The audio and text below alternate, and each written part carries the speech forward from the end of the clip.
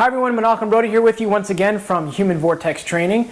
Getting a lot of emails here in July. We've got our tan lines, we've got long ride time as well, which means the shoulders, the hip flexors, and the quadriceps are all going to be in a shortened position because we're out doing what we love on the road. Now, as a strength and conditioning coach, these are the most trying times because it's the middle of the season, and my job as a strength and conditioning coach and a cycling coach is to keep the money on the field. That means that the owners of the club or the owners of the team want to have the players healthy and well on the field. So for us, it's out on the bike.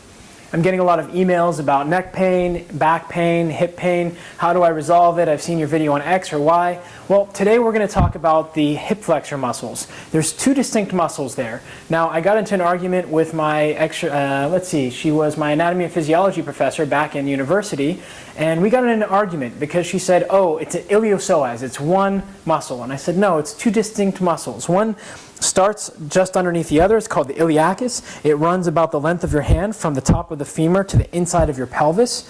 And the other is called the psoas. And this muscle inserts almost on the exact same position on your upper leg, but it runs all the way into your spine. So if we imagine this jump stretch band is the psoas and my hand is my spine, it attaches like this. So what it does when we're short, when we're on the bike, it becomes short. So when we stand up, it wants to pull that lower back forward and causes issues.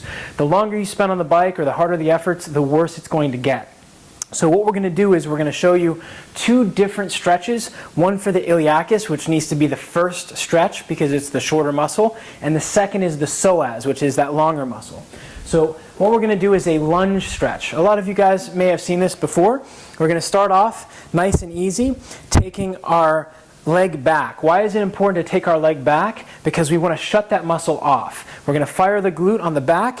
We're going to keep our knee forward, the weight on the forward knee, forward ankle rather, with our knee slightly bent, keeping our hips square. This is very important. We don't want to open the hips. We don't want to close the hips. Next, we're going to keep our rib cage locked down and our head in a double chin position.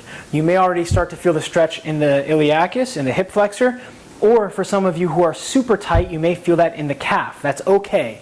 Keep all of the weight as much as possible. Let's say 70% in that front ankle. We're going to bring the hands overhead.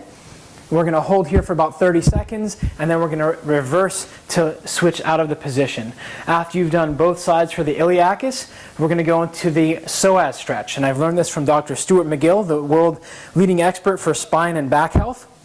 We're going to start in a similar position. You're going to step back, keeping all 10 toes forward. We're going to keep the hips square, straight ahead, the weight in the front ankle yet again. We're going to start off in the same position. You're going to feel a very gentle stretch now in the iliacus. And what we're going to do is drop our offhand, the hand that's not of the leg that's back, and we're going to squeeze the glute on this side, drop the elbow down, and we're going to rotate only our rib cage while we're looking straight ahead, and we're going to open up to reach across. So you should feel a stretch. Some of you will feel it from the bottom of your rib cage all the way through the inner groin, and others will feel it out here. We never want to have a sharp stabbing pain, pins and needles, or loss of sensation.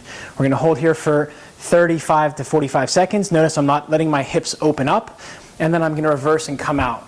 These are very important stretches for you guys to do every single time that you're coming off the bike, especially for the long rides.